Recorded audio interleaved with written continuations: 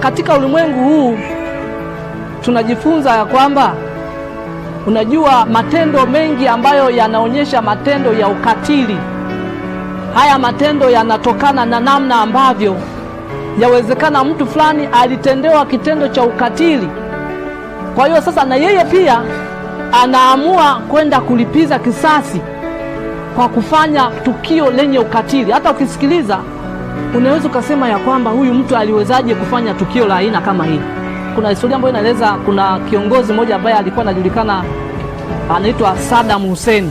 Naye pia alifanyiwa tendo la aina hiyo. Inaonekana kwamba yeye alinyongwa, lakini alifungwa kianzi fulani hivi cha chuma, na ikaja mashine ikafunga upande wa mkono wa kushoto, lakini upande wa kulia, kisha akanyanyuliwa.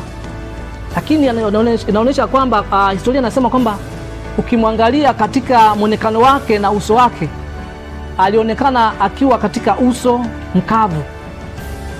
Kwa ni matendo ambayo yanaonyesha hali ya ukatili wa hali ya juu. Lakini ukisoma, ukifuatilia zaidi, utaona kwamba kuna baadhi ya historia anasema kwamba yeye anaye pia alifanya tendo la ukatili pia. Anasema kwamba baada ya kuwa gerezani alimkiri Yesu, lakini pia alitoa ushuhuda juu ya kile ambacho aliwahi kufanya katika maisha yake. Anasema yeye aliwahi kufanya tendo la ubakaji.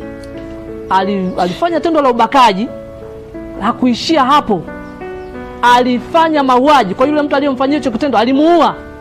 Hakuishia hapo, alisema alikata mguu, kachoma, hapo akala, alikula. Sio huyo tu, lakini kuna kisa kinaeleza juu ya kipindi cha nyuma tulikuwa tumewahi kusikia juu ya vita kati ya Waislamu na Wakristo, kulikuwa tunajulikana kama Antibaraka.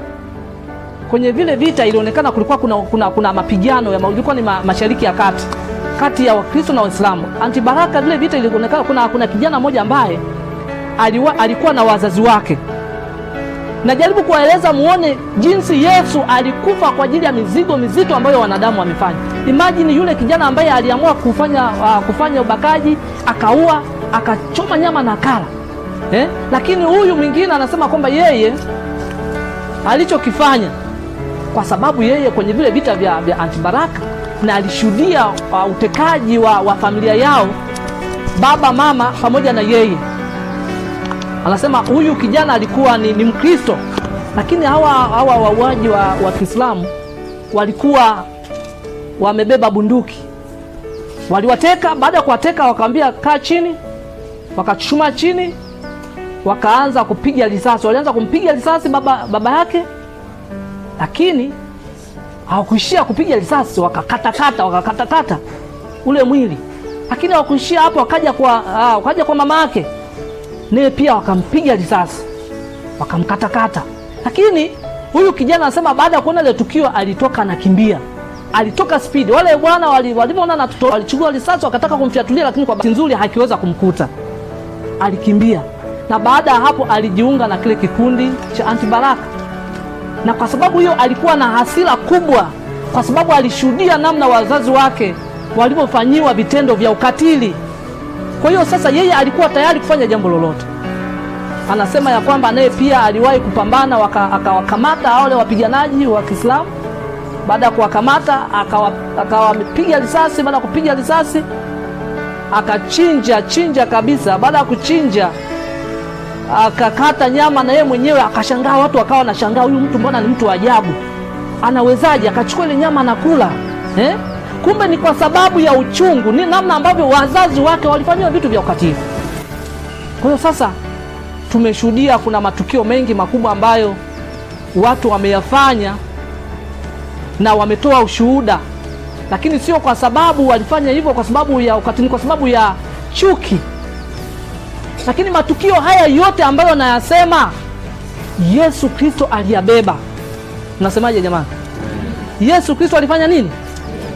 Ndiyo maana nikasema ya kwamba ukisoma katika kitabu cha Biblia anasema ya kwamba Yesu alilia, nasema aliomba kiasi kwamba jasho lilitoka, jasho la damu. Shida kubwa sio kwamba alikuwa anaogopa kuukabili msalaba na kifo, kwa sababu Yesu yeye ni Mungu. Kwa hiyo sasa asingeogopa, na kwa sababu alikuwa anafahamu kwamba yeye atakufa kilichokuwa kinamhuzunisha na kinampa fadhaiko kubwa ilikuwa ni mizigo mizito ya sisi wanadamu, sisi ambao leo tulipata upatanisho huu. Kwa hiyo wapendwa, siku ya leo itakuwa ni siku yenye ukumbusho mkubwa sana katika maisha yetu ya kiroho. Tunapokuwa tumejifunza somo hili, tutambue ya kwamba huyu Yesu ambaye tunamtangaza, tunamtaja, na kupitia uimbaji utaona waimbaji wa kwaya vijana, ukiangalia waimbaji wa kwaya ya kanisa wanamtaja Yesu na wanamtaja Yesu, lakini sio hata ukienda kwenye huko pembeni madhehebu, makanisa mbalimbali unakuta wanamtaja Yesu. Lakini sababu kubwa ambayo Yesu anatajwa ni kwa sababu ya namna ambavyo alijitoa uhai wake. Alitoa uhai wake, alikufa kwa kifo cha aibu ili sisi wanadamu tuweze kukombolewa. Kwa hiyo na hata hivyo tutakapokuwa tukihudumu huduma hii, tutambue ya kwamba tunafanya upatanisho na Yesu Kristo. Kwa hiyo tunapaswa kuondoa zile changamoto mbalimbali katika maisha yetu ya Kikristo, mafarakano katika maisha yetu ya kiroho, magomvi yanapaswa kuisha. Tuimbe pamoja kusindikiza somo hili la leo. Ngoni mwa Yordani ninaangalia bara ile ya Kanaani, ninayotamani.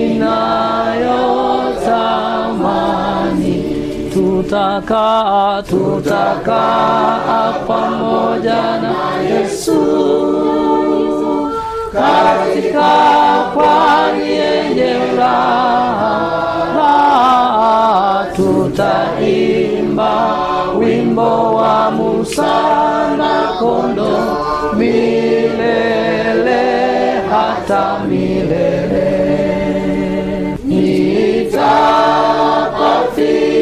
Nitakufikia lini na kubarikiwa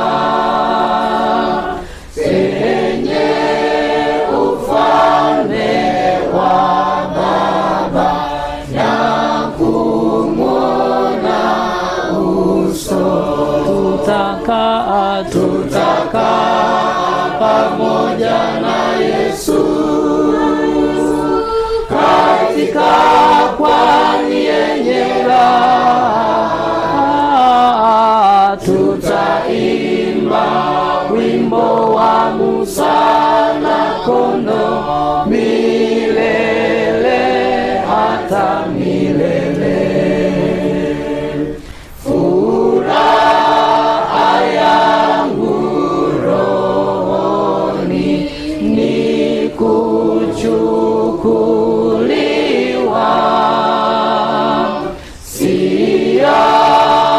siyaogopi mawimbi katika Yordani. Tutakaa pamoja na Yesu katika pwani yenye raha. Tutaimba wimbo wa Musa na kondoo milele hata milele. Tazama, wakati huu tumetoka kujifunza neno lako takatifu. Tunaomba Mungu wa mbinguni, somo hili likaweze kutupatia tafakari kubwa katika maisha yetu ya kiroho. Tunaomba Bwana tukapate badiliko kubwa sana katika maisha yetu ya kiroho. Tumetambua ya kwamba Bwana ulikufa msalabani kwa sababu ya maovu ya sisi wanadamu. Ulikubali kubeba msalaba hata kama sisi tulikukosea. Mungu wa mbinguni, tunakuomba utubariki, ukatuwezeshe tukiondoka hapa tukaweze kutafakari ujumbe wa leo. Mungu wa mbinguni, tunashukuru tunapoendelea na huduma hii, Tunaomba Roho wako mwema akaendelee kuwa pamoja nasi wakati huu. Tunaomba hayo kupitia jina la Kristo Bwana wetu. Amina. Amen.